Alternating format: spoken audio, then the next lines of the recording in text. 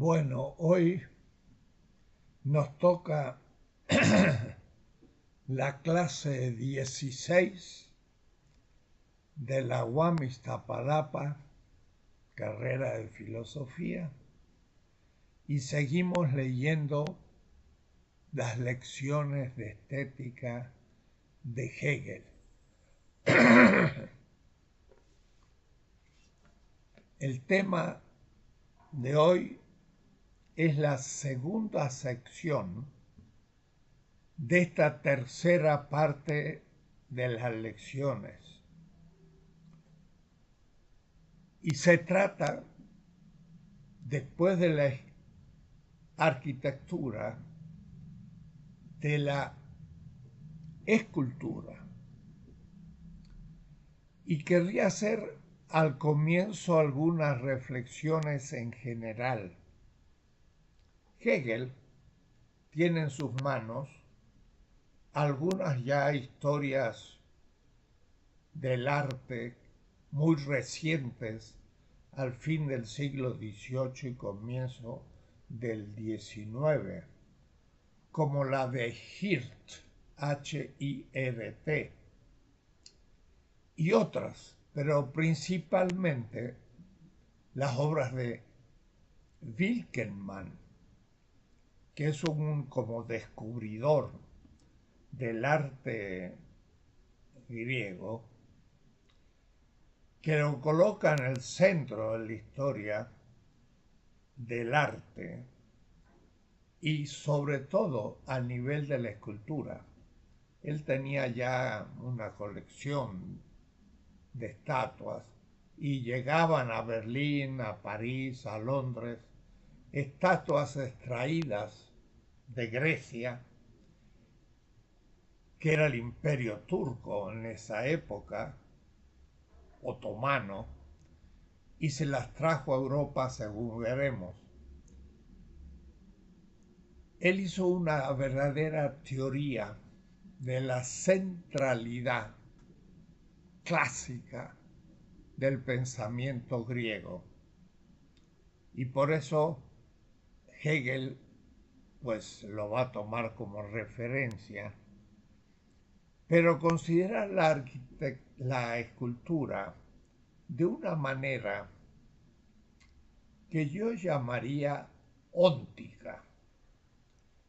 Considera la escultura, como siempre, como una obra de arte de una interioridad espiritual, el ser humano y el artista, que objetiva una obra de arte en un cierto material. Y si hay alguna de las artes que toman forma material, es la escultura. Justamente aquí tengo una escultura en madera de la India. Me lo puse ahí porque en todo este trabajo no hay ninguna referencia a la India. Y por supuesto tampoco a la escultura inca, y por eso he traído esta bandera, pero que no es una bandera, es un tratado teológico, filosófico de los quechuas y aymaras de Bolivia, para estar entre los pueblos originarios y la India completamente ausente en la consideración de Hegel, que era completamente helenocéntrico y eurocéntrico. Pero no solo eso históricamente, sino, como digo, una consideración óntica, cósica, la obra escultórica como una realidad material, porque era madera, marfil, oro, bronce o mármol, material, espacial. Era como un complemento de la arquitectura. Y quiero notar que para nada considera el aspecto temporal de la escultura. La escultura se encuentra ciertamente en el espacio, pero intrínsecamente está atravesada por la temporalidad. Y Hegel, que es tan profundo y le interesa ir a revolver, diría yo, los fundamentos, no se da cuenta, por lo menos no lo expresa en las páginas que ocupa de la escultura, de la temporalidad de la escultura. Porque si es algún arte, existe, además de la arquitectura, pero de manera muy especial, una relación con el tiempo, es la escultura. Sobre todo cuando ésta ya se hace individual, que va a durar mucho tiempo, porque casi es en la modernidad que la escultura retrata personas individuales. Pero ¿por qué las retrata?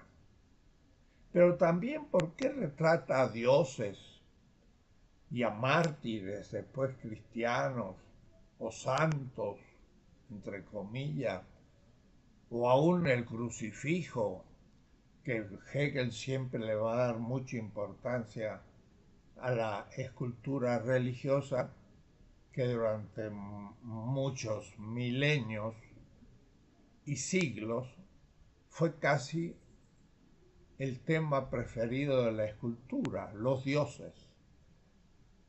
Es porque se pretende perpetuar y memorizar, o mejor, tener la memoria de instantes presentes que se quieren justamente dar como testimonio a las generaciones futuras. Una estatua de un héroe indica que es un héroe de un momento histórico, pero está hecho para que las generaciones futuras lo recuerden. Es decir, hay un problema de memoria en la esencia de la escultura.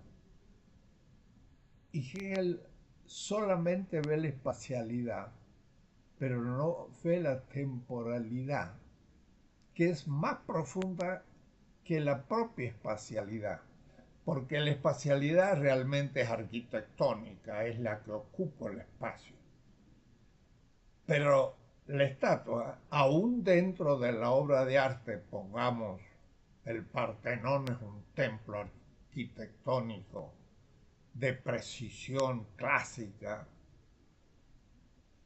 Dentro está la estatua de Palas Ateneas, que es una diosa. Ocupa un espacio, pero en realidad es alguien que, existiendo desde el pasado, se hace presente, y se hace presente, diría yo, con una voluntad de permanencia en el futuro. Entonces uno la ve en el presente, pero la ve desde el pasado y piensa que también va a ser venerada en el futuro. Es entonces una obra que objetiva un hecho, una persona, un evento que ha ocupado un cierto instante presente pero que tiene la pretensión de eternidad. Este aspecto de la temporalidad habría que trabajarlo, porque la estatua tiene que ver con la celebración. De nuevo, la arquitectura pone el contexto de la celebración, pero la estatua es de un personaje individual que sin embargo tiene una significación. Si es, por ejemplo, un dios, tiene una fecha en que se lo celebra. Y cuando se lo celebra en el presente, pero recordando sus celebraciones de ese Dios en el pasado y en el futuro. Es la permanencia. Y la celebración es siempre presente, pero es un presente que activa el pasado. Entonces, no me cansaría de pensar que la escultura tiene que ver con la temporalidad, que no es meramente el tiempo. Para Heidegger, la temporalidad es también un existenciario. Significa la temporalidad es el modo que en el mundo el ser humano vive al tiempo. No es decir, el tiempo, decía Aristóteles, es un movimiento que mide otro movimiento. Y yo digo, hace un año, ¿qué significa hace un año? Que la Tierra rotó en torno al Sol. Ese es un movimiento.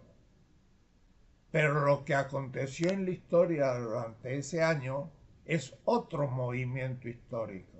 Entonces, la rotación de la Tierra en torno al Sol mide los acontecimientos históricos que se cumplieron en ese lapso de movimiento, de tiempo. Eso es el tiempo físico.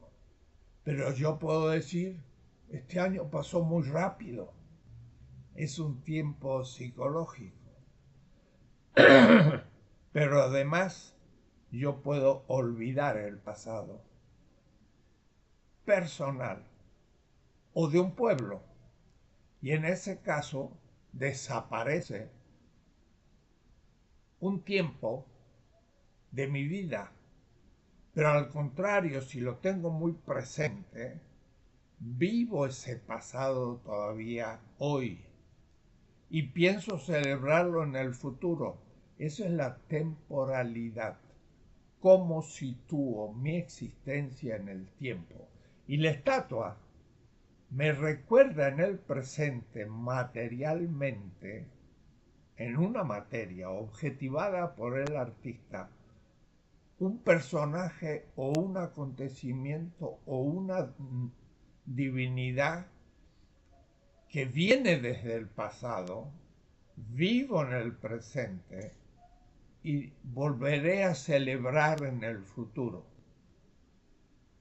Y es fundamental esto porque a su vez no es solamente temporal, es público. La Öffentlichkeit en alemán es lo que es público. Pero claro, algunos lo traducen en el abstracto de público, publicidad. Bueno, no. La publicidad hoy es hacer propaganda. Pero si pensamos lo público como un acontecimiento de la vida, la estatua está en el tiempo público, porque no es solamente una experiencia de ver una estatua, sino que la estatua se la coloca en un lugar público, que la comunidad continuamente la ve y al verla recuerda un acontecimiento o un dios en los pueblos simbólicos, clásicos, o al comienzo del romanticismo, diría Hegel. El cristianismo le va a dar mucha importancia al final del capítulo, de nuevo, de tal manera que es una temporalidad vivida públicamente, es decir, por la comunidad. La estatua es un testimonio público de un acontecimiento que se quiere recordar en el tiempo y que es importante para la comunidad recordarlo porque es parte de su vida y de su historia de su mundo. Y la estatua está ahí como testimonio. Este aspecto, que habría que elaborarlo mucho más y lo haremos quizás en el futuro, no existe para Hegel y él tiene tanta conciencia histórica y pública. Pero me pregunto cómo no se le ocurrió pensar que la estatua, más que espacial, es una obra de arte en el tiempo y se hace para celebrar la temporalidad de una comunidad pública. Esto lo dejo ya como anotación ausente en Hegel, que habría que seguir trabajando. Y vean ustedes un acontecimiento muy reciente, actual, por este asunto de que en Estados Unidos un policía mató por asfixia a un afro, que recuerda justamente la esclavitud, que es una situación lamentable en la historia de la humanidad, el racismo. Se ha levantado todo un movimiento antirracista de los afros y también los hispanos, que también son discriminados por el color de su piel. Y esto ha llevado, miren qué interesante, a tirar abajo estatuas.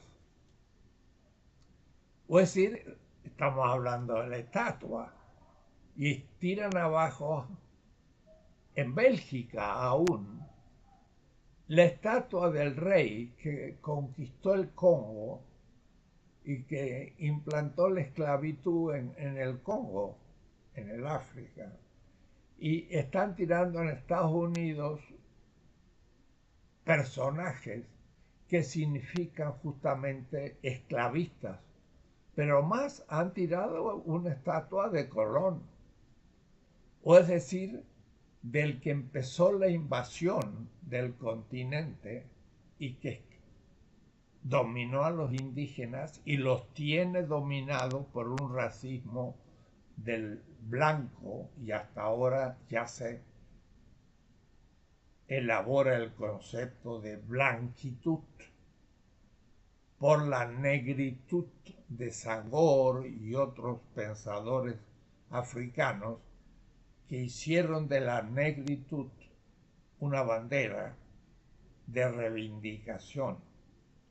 Pero lo interesante es que están tirando estatuas, porque la estatua está puesta en público y cuando yo paso con la bicicleta o el auto junto a una estatua, recuerdo a Hidalgo, porque es una estatua de Hidalgo o de Morelos, o allá en el sur de América Latina, San Martín o Bolívar, o en Estados Unidos, Washington, o en Europa, reyes, emperadores o lo que sea.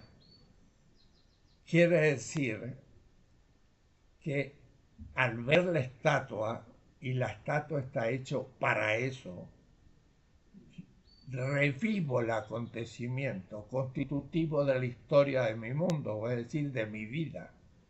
Pero cuando de pronto observo que ese personaje cumple una función nefasta, ahora descubierto como nefasta, que antes no lo era, la esclavitud era normal y los blancos dominaban a los afros sin problema, pero ahora están descubriendo que es injusto y entonces los primeros esclavistas se les tira la estatua abajo, no se las quiere ver más. O es decir, quieren borrar esa parte de la historia y dejar de hacer público y celebrativo a ese personaje.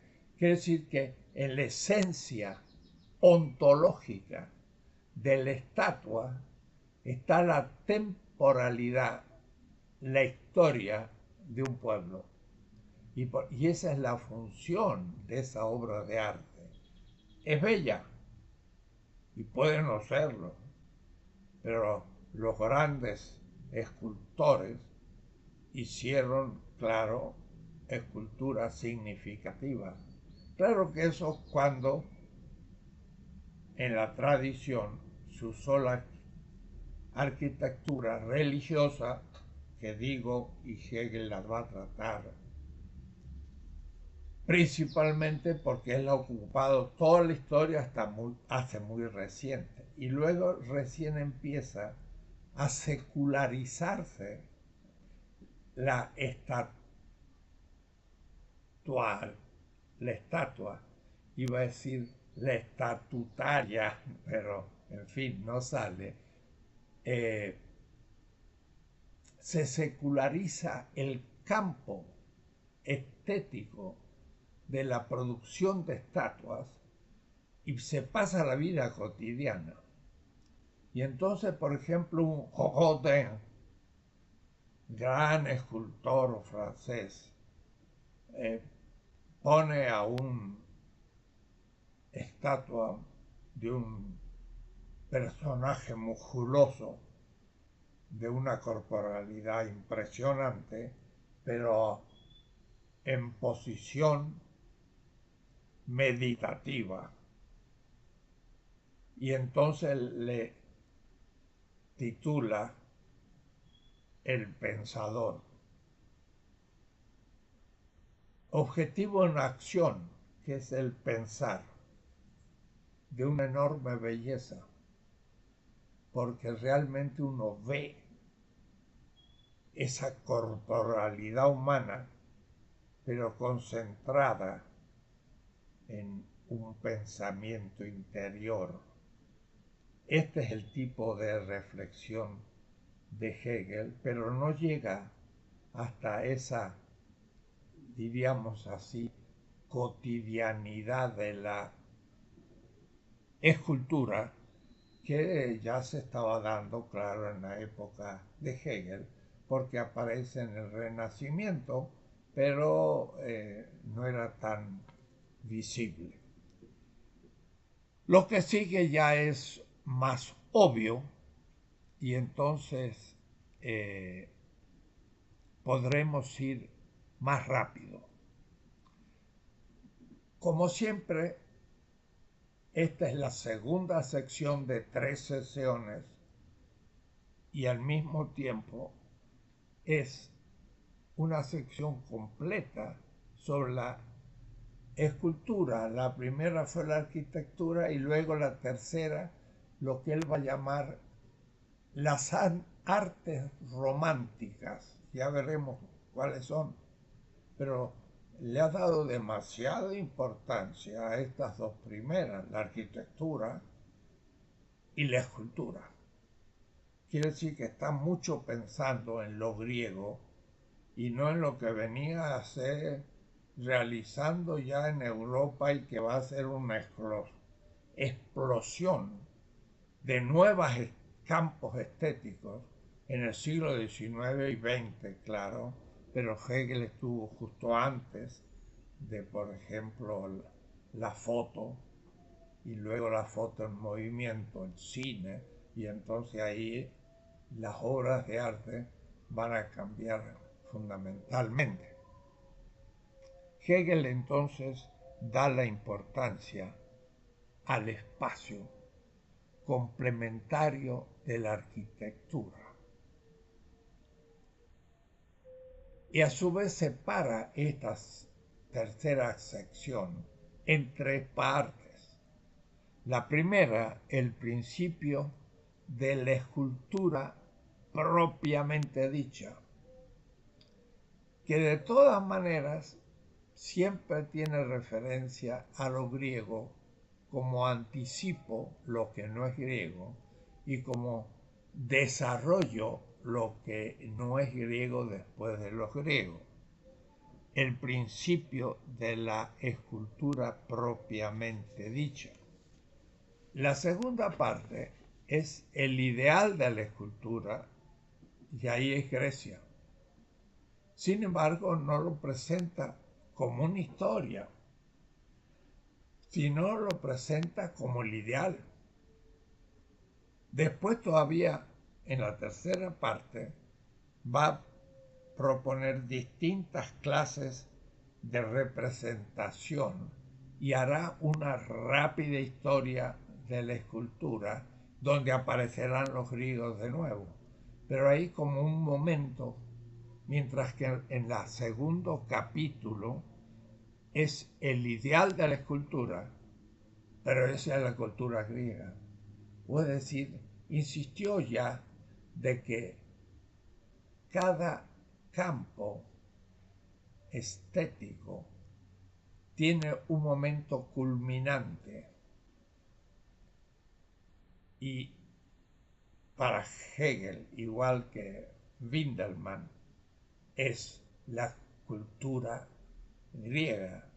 Pero además, entre las artes griegas, la escultura es muy central, porque claro, la arquitectura de los grandes templos es impresionante, pero las ciudades estaban pobladas de esculturas. Y los técnicos, porque no se consideraban artistas, aunque lo eran, pero eran artesanos, hacían entonces por pedido cantidad de esculturas que se fueron normalizando y terminaron casi todas por ser de mármol blanco. También había de bronce y muy excepcional de oro o muy pequeñas de marfil, pero en fin, la escultura es pensada en la historia del arte por Hegel como la griega. Entonces, el ideal de la escultura, o mejor, el principio de la escultura propiamente dicha. Leamos un pequeño texto de la página 513. De lo inorgánico que la arquitectura, con su estar ligada a leyes de gravedad, se ha esforzado por aproximar a la expresión del espíritu. Miren qué manera más yo llamaría óntica. Porque al hablar de la arquitectura habla inorgánico. Claro que es inorgánico, no es ni una planta ni un animal, pero llamarle así lo fija como una cosa, modificación física de una materia. Pero sin embargo, es expresión del espíritu. Pero lo que más le llama la atención a la arquitectura, y lo repite mucho, es que la arquitectura está venciendo la gravedad. El problema de la arquitectura es el techo. Cerrar el templo, la casa, para proteger. Entonces, le llama mucho la atención la gravedad. Es una consideración muy empírica y óntica, cósica, pero Hegel repite siempre esto. La arquitectura se ha esforzado por aproximar a la expresión del espíritu y el arte se retrae, por tanto, a lo interno y se presenta ahora para sí en su superior verdad, sin mezcla de lo inorgánico. O es decir, que siendo inorgánico, sin embargo, cuando se la vive esa interioridad, se la llena de espíritu. Es en este camino de regreso del espíritu así, desde lo dotado de masa y lo material, donde nos encontramos con la escultura. La escultura la encontramos adentro de la arquitectura. Y uno diría, pero ¿y si es una escultura en un lugar público, en una plaza? Pues también estaría dentro de la urbanización, de alguna manera. Es como para él un decorado de la arquitectura, porque no le da ese sentido de la temporalidad que juega otra función en la celebración histórica y política o pública. No lo considera Hegel. La corporalidad inmediata de la escultura, en cambio, es la materialidad espacial, el espacio, piedra, madera, metal, barro, en la espacialidad completa de las tres dimensiones. Y todavía repite abajo, lo efectivamente real, espiritual en tanto objetivación de una totalidad espacial. Hegel ve el espacio, no ve el tiempo. Y entonces se le escapa lo más profundo, creo, de la escultura. Esta parte, a su vez, está dividida, es decir, el principio de la escultura propiamente dicha, en tres partes. Ahora, ¿en qué consiste el principio de la arquitectura? Nos dice, de la escultura. La escultura en general comprende el milagro de que el espíritu se informa en lo meramente material. Se informa, o es decir, se hace forma, no se tiene conocimiento, en esta exterioridad, de tal modo que en ella se hace a sí mismo presente y reconoce la figura adecuada de su propio interior. Si piensa en un dios Zeus, lo puede imaginar, pero otra cosa es objetivarlo materialmente y entonces ahí ya cobra forma y para Hegel un lugar, pero ese lugar no dentro de su celebración en el tiempo. Este capítulo 1, a su vez, es dividido en tres partes.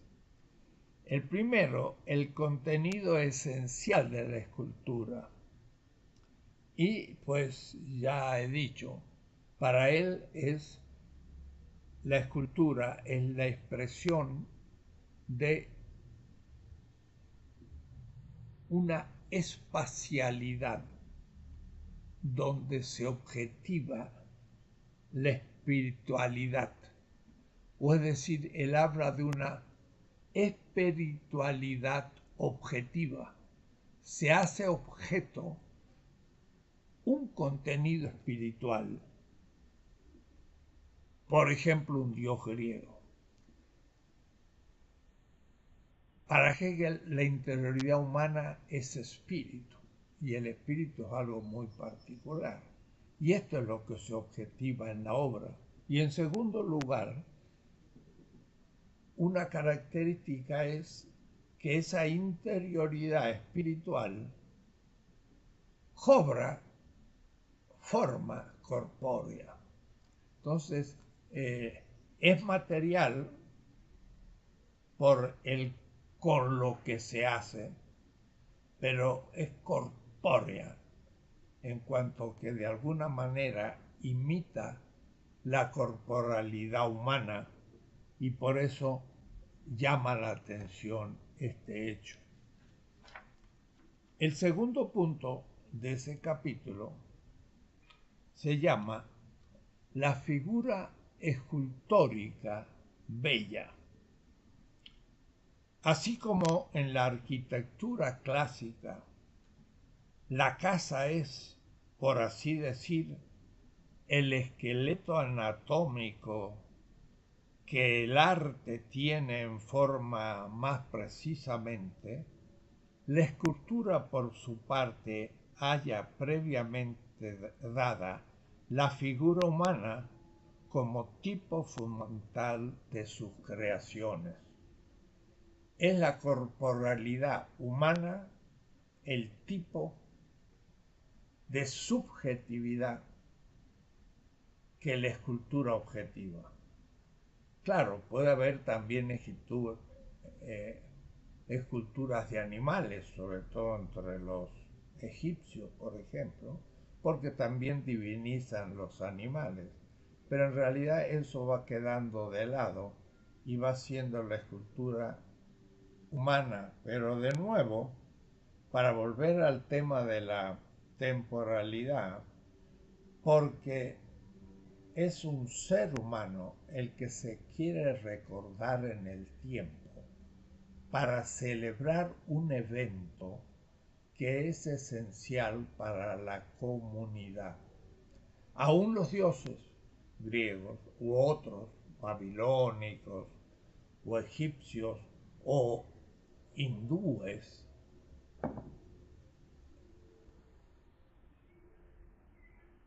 también representan no eventos históricos, pero dimensiones de la existencia y de la vida humana, porque hay dioses que en cierta manera recubren campos de funciones, la justicia, el dolor, el mal, el amor. Justamente las figuras hindúes, tan distintas a las griegas, miren una figura hindú de una delicadeza, de una eroticidad tan especial. Aún la Venus, que es la diosa del amor y del eros, el amor, comparado con una figura hindú, es una cosa bastante abstracta. Esto tiene una forma y una delicadeza que el griego nunca va a poder imitar. Y justamente esta diosa tiene a su vez un instrumento de música y está representando la música, pero al mismo tiempo el eros y el amor. Esto es la India, un arte muy distinto al griego que Hegel no logra incorporar. En la filosofía sí incorpora a la India, pero en su nivel más místico, más bien budista, y no hindú en su corporalidad sensible. La figura escultórica griega entonces va cobrando forma humana cada vez más expresiva y en general va a tener tres determinaciones. Primero, elimina la particularidad de la apariencia. No expresa algo individual, sino que hace una cierta abstracción, sobre todo en la gran escultura egipcia, griega y aún cristiana primitiva, que es lo que considera Hegel en su eurocentrismo. Podríamos hacer un análisis de la escultura hindú y tendríamos todo una descripción distinta, pero es eliminación, quiere decir que es una cierta abstracción. Esto se ve muy bien en el arte azteca. El dios más antiguo, Ometeotl, es representado y a veces aparece una serpiente, pero es una serpiente abstracta, no es una serpiente real, sino se le abstrae toda particularidad en su apariencia.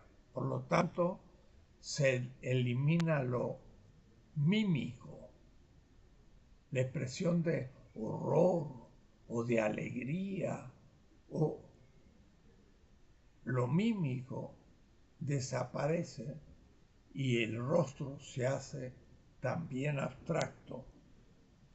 Se elimina también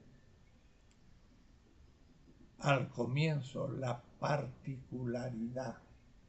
Después, en el caso del retrato, o es decir, de realmente el tomar la escultura para recordar a una persona singular, con historia y vida conocida, ahí sí empieza a recobrar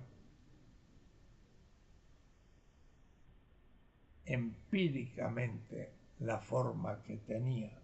Pero Hegel le interesa más bien el momento más abstracto. Y un tercer aspecto es la escultura como arte ideal clásico, que en cierta manera está aquí anticipando a lo griego como una repetición. Y justamente va a decir lo primero que de las consideraciones precedentes se sigue, es que la escultura queda más que otro arte cualquiera, particularmente remitida al ideal. Se hace un cuerpo. Y entre los griegos, por ejemplo, de nuevo, aunque no es lo más frecuente, se llega también a la desnudez, sin vestido. Entonces uno ve una persona, un hombre, una mujer desnudo, pero en realidad toda su corporalidad son abstracciones, porque el ojo es un ojo abstracto, como debe ser un ojo, y la nariz igualmente, y pues los senos o las piernas, todo va siendo abstractamente considerada. Y por ejemplo, después el arte griego pero bizantino va a espiritualizar todavía la corporalidad, cuestión que no analiza Hegel, y entonces el artista logra como espiritualizar, haciéndola más delgada la figura. Y en Bellas Artes, los que dibujamos, yo también estaba, se tomaba el tamaño de la cabeza y para hacer un cuerpo humano, se sabía que la cabeza tenía que estar en el cuerpo 6 veces o 6 veces y medio.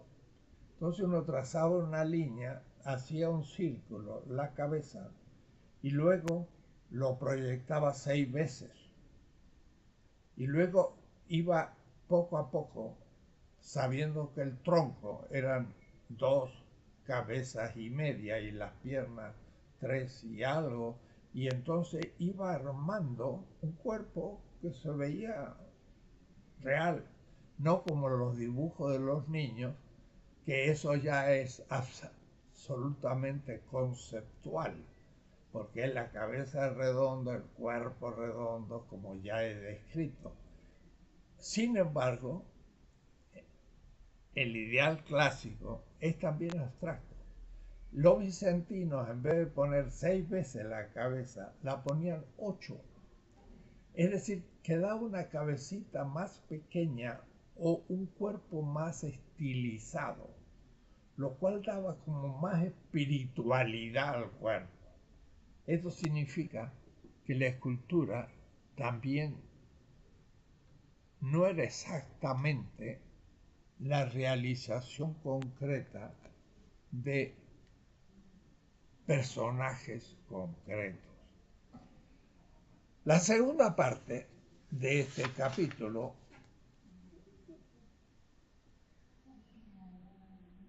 de esta sección, o es decir, el segundo capítulo de esta sección se llama El ideal de la escultura. Y ahí entonces, ahora sí, se dedica a los griegos. Y ahí, al pasar a considerar el estilo propiamente hablando ideal de la escultura, vean ustedes, es el ideal de todas las esculturas de la tierra. Esta escultura hindú queda fuera del ideal de la escultura. Solamente vale la griega para... Y entonces, ¿en qué lugar queda una escultura india? Pues en segundo espacio, en un lugar periférico. Al pasar a considerar el estilo propiamente hablando ideal de la escultura, todavía debemos de nuevo recordar una vez más que el arte perfecto necesariamente que precederle tiene que haber otro imperfecto. Y ciertamente no meramente por la técnica, según la técnica que uso, que en principio aquí no nos importa la técnica que se usa para hacer la escultura, sino según la idea general, la concepción, el modo y la manera de representarla idealmente. O es decir, habría una escultura ideal, que sería el modelo para todas las culturas. Claro, Hegel, aunque tiene un gran sentido histórico y también cultural, no se da cuenta de su eurocentrismo. Y entonces todo lo demás ya no es lo ideal. Hegel toma la belleza como la belleza de la cultura griega, romana, medieval, germánica. Eso es el tronco universal. Hemos hallado en general el arte simbólico al que busca, y así también la escultura pura. La escultura pura. Habría una escultura pura. ¿Cuál? La griega. Estas son esos problemas.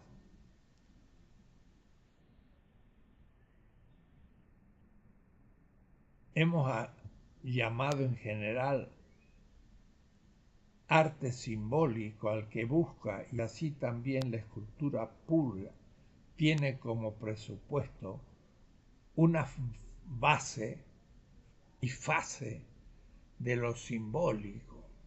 Acordémonos que él,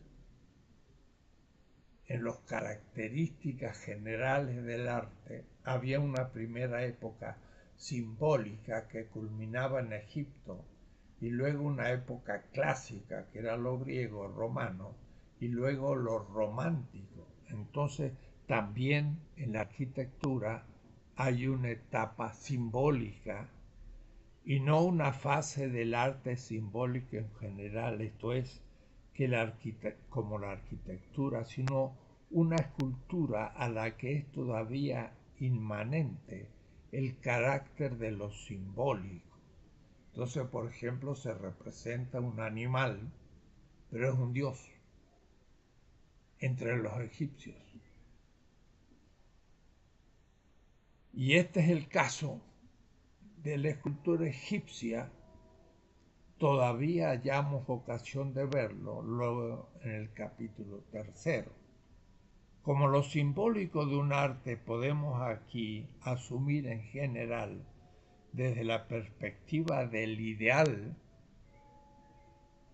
que es lo griego, el modo ya enteramente abstracto y formal, la imperfección de todo arte determinado. Y aquí una reflexión interesante. El intento que hacen los niños de dibujar una figura humana o de moldear en cera o barro esa figura. Lo que producen es un mero símbolo en cuanto que sólo alude a lo vivo que debe representar, pero permanece totalmente infiel frente al objeto y su significado. No, la gran arquitectura simbólica es más abstracta, diríamos, y está representando ya toda una interpretación de lo real. Cuando uno ve en las orillas del Nilo la pareja del faraón y la faraona, esculturas inmensas, porque ahí la labraban en la montaña misma, de tal manera que tenían 40 metros de altura el rostro del faraón y la faraona. Tenían muy pocos rasgos que quizá pudiesen intentar mostrar una individualidad, pero en realidad eran un faraón, y el faraón tenía una cierta forma abstracta para todos, y entonces se les ponía una especie de sombrero, y en fin, ustedes han visto la vestimenta como parte de la figura del faraón, era una abstracción simbólica de lo que esto estaba siendo indicado.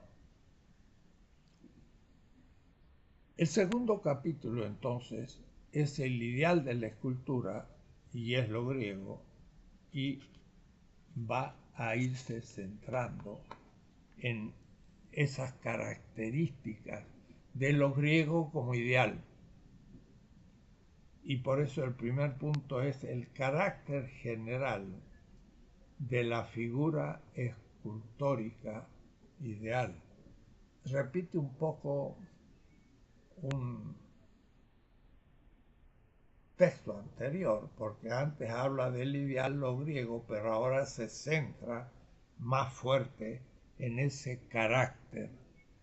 Y ese carácter ideal de la escultura lo va a empezar a describir. Respecto a este conocimiento y vitalidad de amor y discernimiento que primordialmente Winckelmann es el grande que descubre a lo griego. Winckelmann, quien con tanto entusiasmo de su intuición reproductiva como con inteligencia y ponderación, proscribió el indeterminado parloteo del ideal de la belleza griega al caracterizar singular y determinadamente las formas de las partes de una escultura, a lo que como resultado obtuvo, podemos por supuesto añadir todavía muchas agudas observaciones singulares, excepciones y cosas por el estilo, pero no debe olvidarse por uno de tales detalles ulteriores y por errores aislados en los que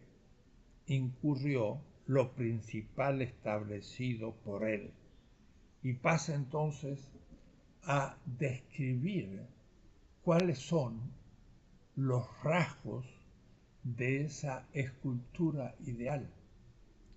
Y eso ha llevado desde la definición mismo de belleza, que se tomó lo griego como dando las determinaciones intrínsecas de qué es lo bello y qué después es la obra de arte y todo lo demás. Y esto es lo que yo intento sacar de ese cauce y preguntarnos de nuevo qué es lo bello, pero como tal. Y lo notable es que en Hegel se dice lo bello es la idea y la idea es lo divino y es Dios. Pero al fin no se dice en qué consiste. Porque ya el ejemplo concreto hace que aparezcan las expresiones del arte griego, sobre todo la arquitectura y la escultura. Porque después las otras van a ser las artes románticas, la música, la pintura, la poesía. No, la poesía fue también griega, pero Hegel no la pone en el centro del pensamiento griego, siendo que la narrativa lingüística va a ser constitutiva del mito, y el mito da el contenido al mundo, y el mundo es justamente eso que tenemos, diría Hegel, en la interioridad del espíritu, que después se objetiva. O es decir, que la poesía y la literatura, por ejemplo, pues la gran literatura no dramática, sino trágica griega, va a ser lo que se exprese después en todas las obras de arte, materializando objetivamente la figura, la forma del contenido, pero que constituye la poesía y la literatura como mitología. O es decir, la poesía tendría que ser también parte de la esencia de lo griego, pero es dejado como parte de las obras de arte del romanticismo. Y aquí Hegel va a hacer una tarea óptica de nuevo, empírica, no propiamente filosófica, pero que como tiene en sus manos historias del arte y demás, son los aspectos particulares de la figura escultórica ideal como tal, o es decir, de los griegos. Y entonces, ¿cuáles son los aspectos particulares? Y entonces se pone a describir todo esto. Pero en general, la línea indicada es, en efecto, una determinación muy típica entre las estampas humanas y la animal. Ciertamente en los animales, boca y tabique nasal forman parte de una línea más o menos recta, pero la protuberancia específica del hocico animal que se proyecta hacia adelante, como por así decir directa referencia práctica a los objetos, se determina esencialmente en relación al cráneo, en la cual la oreja está puesta más arriba o más abajo, y entonces va haciendo una descripción de la parte más significativa de la corporalidad de una estatua, que es la cabeza, y partiendo de la descripción deformada de un animal, piénsese un perro o un caballo, y cómo se llega a la figura humana. Claro, a eso se ha producido por todo el efecto de millones de años en que los primates, mejor dicho, los animales cuadrúpedos, se fueron transformando en primates y los primates ya empezaron a usar las manos y desarrollaron el cráneo de otra manera, pero todavía con salida su mandíbula, y entonces el ser humano, al ponerse realmente de pie, va a modificar la forma del cráneo y va a aparecer un ángulo recto, por fin, frente, nariz y mentón, y ese ángulo va a ser el humano, mientras que el animal es un ángulo distinto porque está volcado hacia adelante. Va a ir describiendo el cuerpo, por ejemplo, va a decir todas las estructuras de los maxilares, de los músculos masticatorios, de los huesos molares y de la columna vertebral, los fémur, las garras, las uñas, y va a ir mostrando la diferencia del cuerpo humano con el cuerpo animal, y de paso el cuerpo y la cara, sobre todo africana, por ejemplo, de nariz más abierta, de labios más fuertes, de el rostro africano negro, pues va a ser considerado fuera del ideal de la belleza. Y entonces ahí habría que, con mucho cuidado, ir viendo estas cuestiones. El perfil griego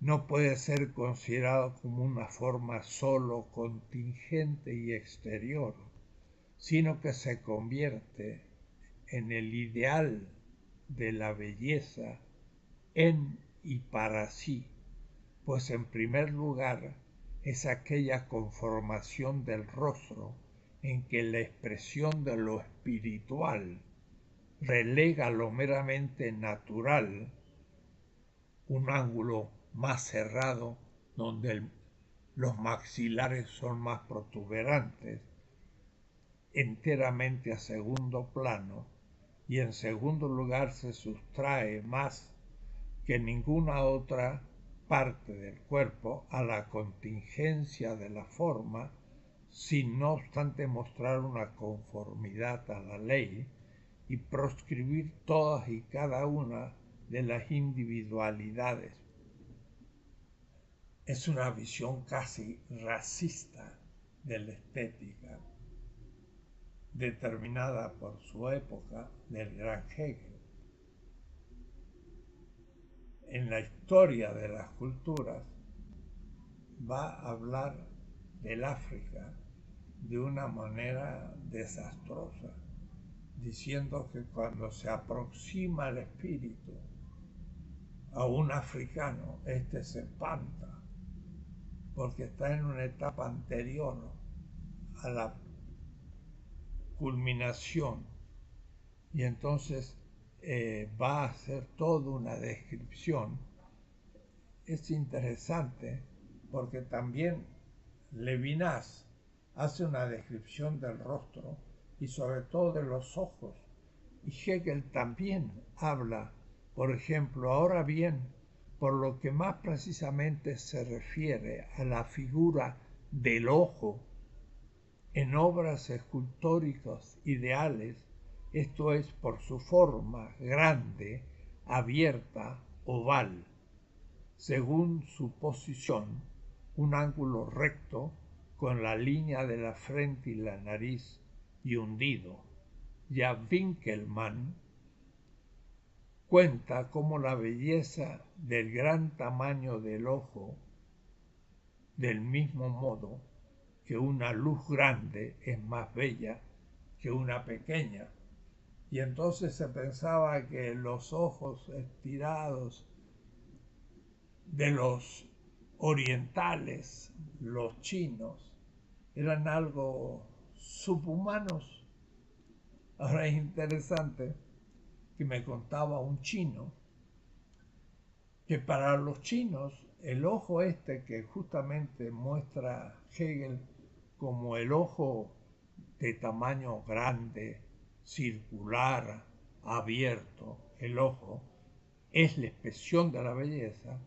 Para los chinos, ese tipo de ojo es como el ojo del caballo y por lo tanto es animal.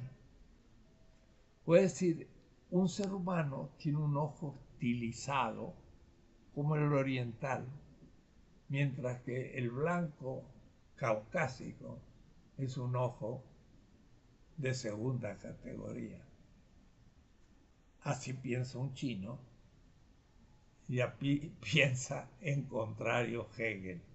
Bueno, estos son aspectos secundarios, pero para una estética de la liberación va a ser fundamental, porque el pensar que ese ojo griego y esa nariz y ese ángulo facial es la belleza, es ya un error fundamental en la estética. ¿Quién le dice a usted que ese rostro es la belleza humana? El perfil griego. Este es un tema muy interesante. Igual la posición y el movimiento del cuerpo.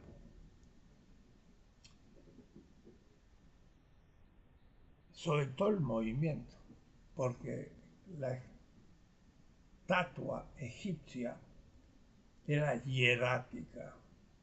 Durante milenios, 3 milenios, casi no se movió.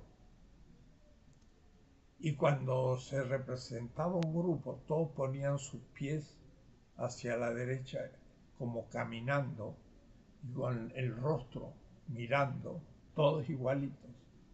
Y era una figura sin movimiento, estática. Cumplía leyes de representación artística. El griego, en cambio, sí rompe esas leyes estáticas y le empieza a poner movimiento. Las primeras estatuas griegas son exactamente como las egipcias, porque vienen de Egipto, porque Egipto está detrás de Atenas, por ejemplo, y los fenicios atrás de Tebas, y realmente vienen del Mediterráneo del este, oriental, toda la cultura griega. Pero poco a poco van tomando forma. Y por eso que si hay una estatua que manifiesta esa forma, es el discóbolo. Porque en los Juegos Olímpicos pues se tiraba un disco, ¿quién a más distancia? Pero realmente en la forma en que se coloca en la persona para tirar ese disco, tiene todas las piernas con un movimiento sobre sus rodillas, el dorso que continúa y las manos, y entonces es realmente una estatua que sería la oposición absoluta de una estatua egipcia vertical y siempre igual. ¿Sí? Y esta, en cambio, ha cobrado un movimiento. En ese punto, sí, hay una enorme progresión de la escultura donde la posición del cuerpo expresa a su vez el movimiento, y Hegel va a describir esto con bastante detalle porque es algo muy propio de la cultura clásica. Son muchas páginas que se utilizan y que se las dejo para que ustedes las lean. Y ahí entonces también podemos encontrar el tercer capítulo, que es la individualidad de las figuras escultóricas. En el Egipto todas eran hieráticamente iguales, con pequeñas diferencias. Claro que esas pequeñas diferencias eran profundamente significativas, que a un lector enterado egipcio le permitía descubrir la historicidad de cada una de esas estatuas.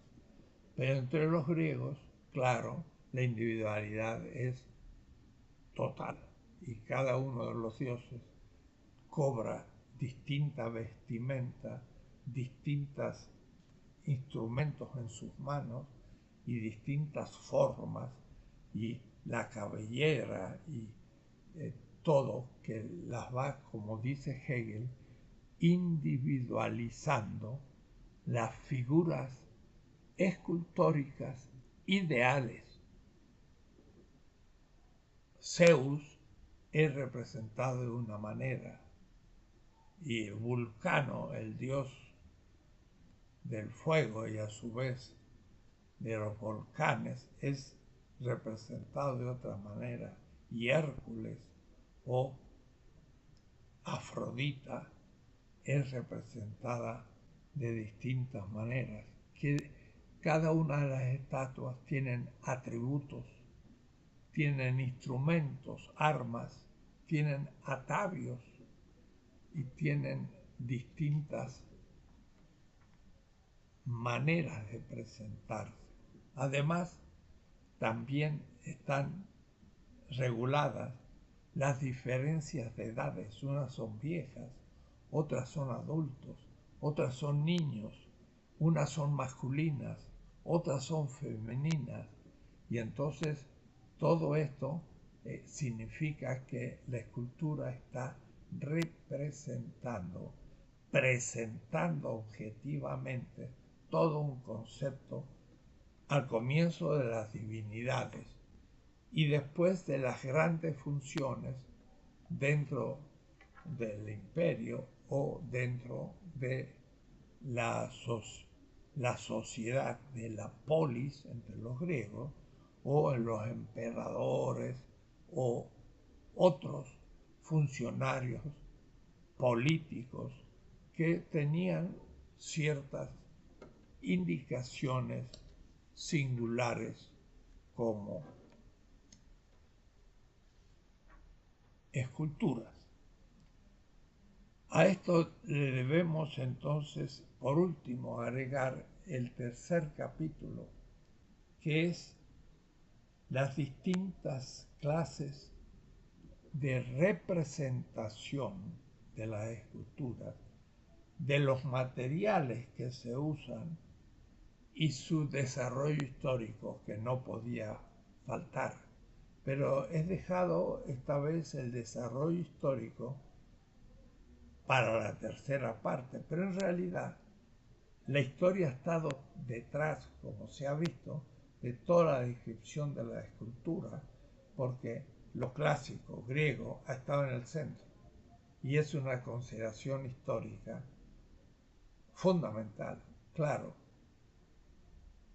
helenocéntrica, que es el meollo del eurocentrismo, del romanticismo aún. Entonces, este tercer capítulo también va a hablar, en primer lugar, los modos de representación. Los modos de la representación son, por ejemplo, estatuas singulares. Una, Venus.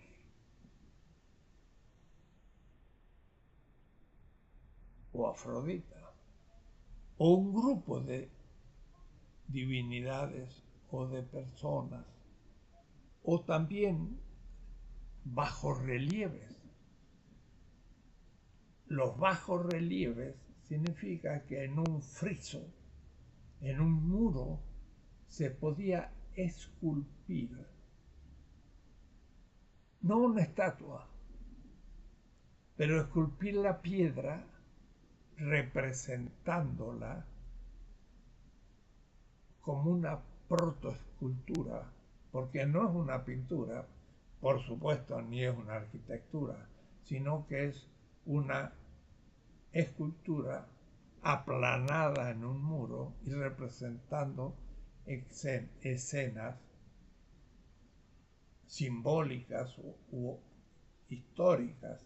El Partenón tiene grandes frisos donde hay bajos relieves y a veces algunos de los dioses, por ejemplo, salen ya como escultura de un bajo relieve que guarda una fisonomía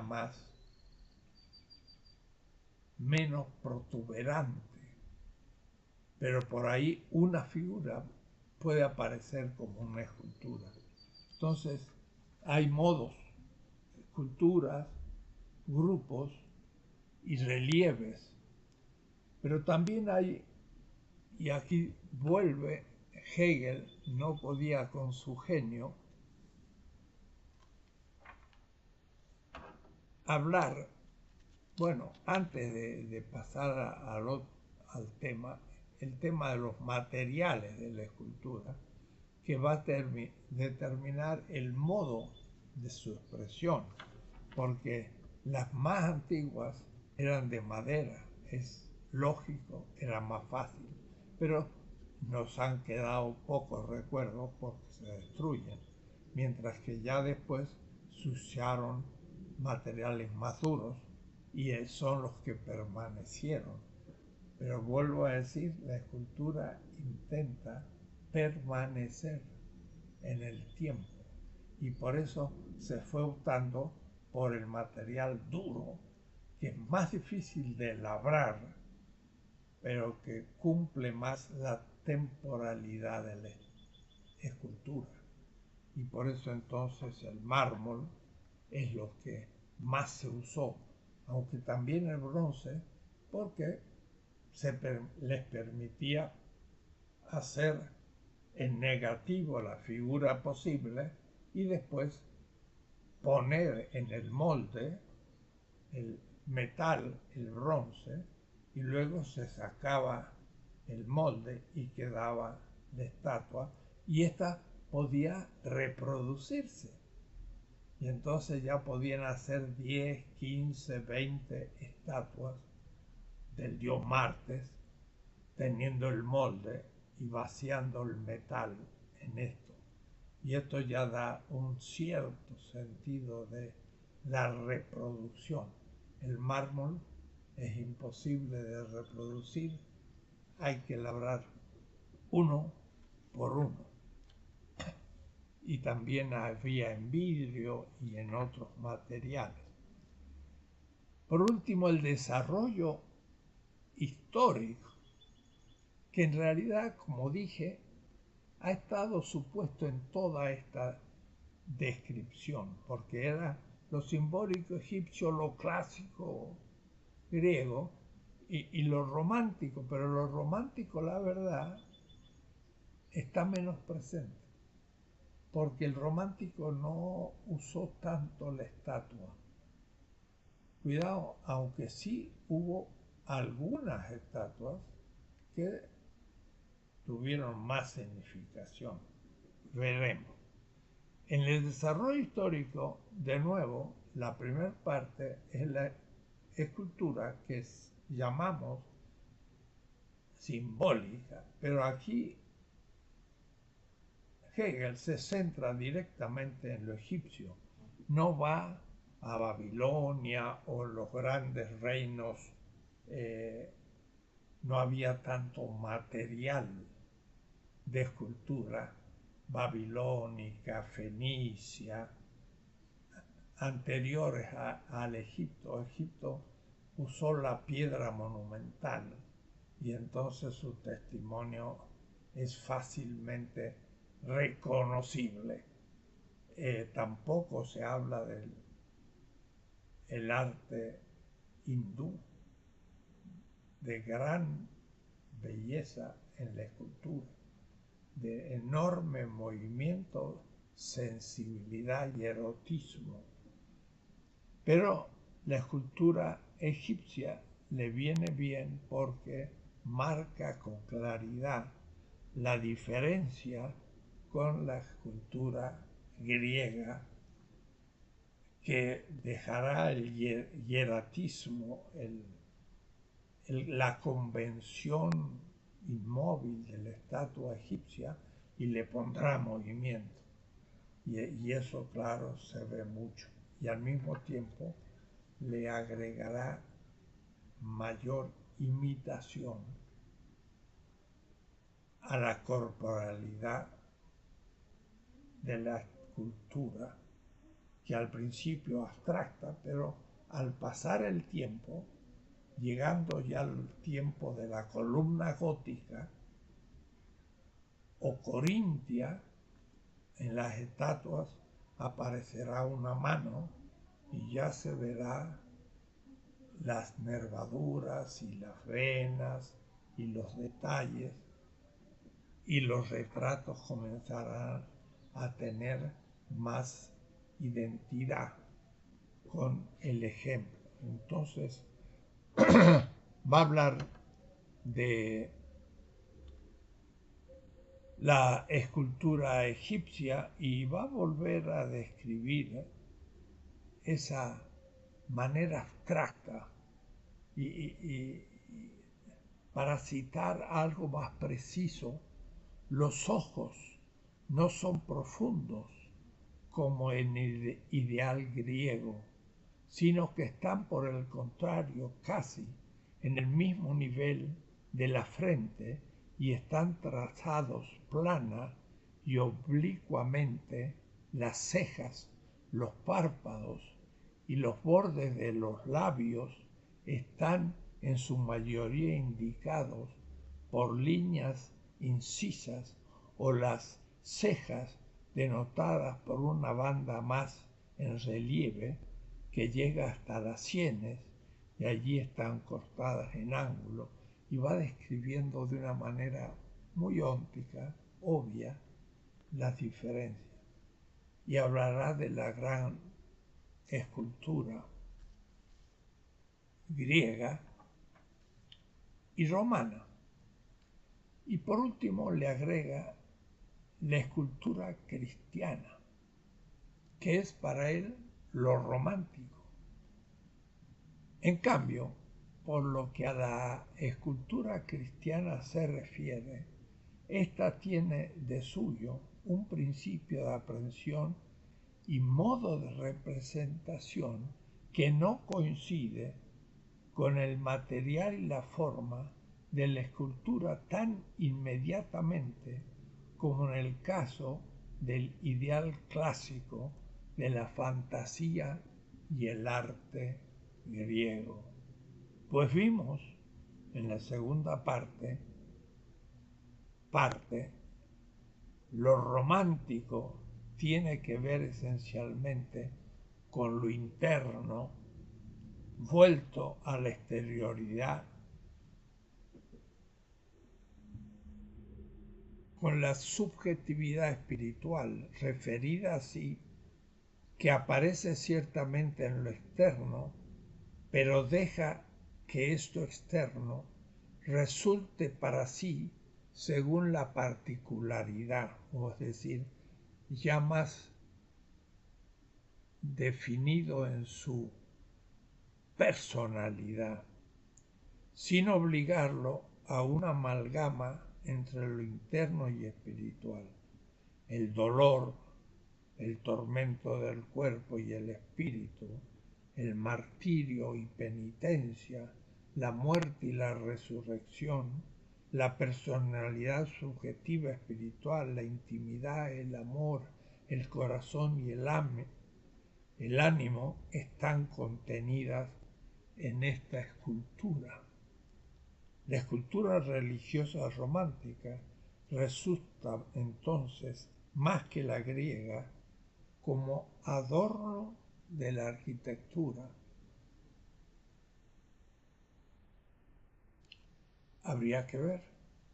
De todas maneras, entre las esculturas cristianas hay una que sobresalta y es el crucificado en la cruz, que es una especie de símbolo escandaloso, porque la crucifixión era un crimen político que era condenado con ese suplicio.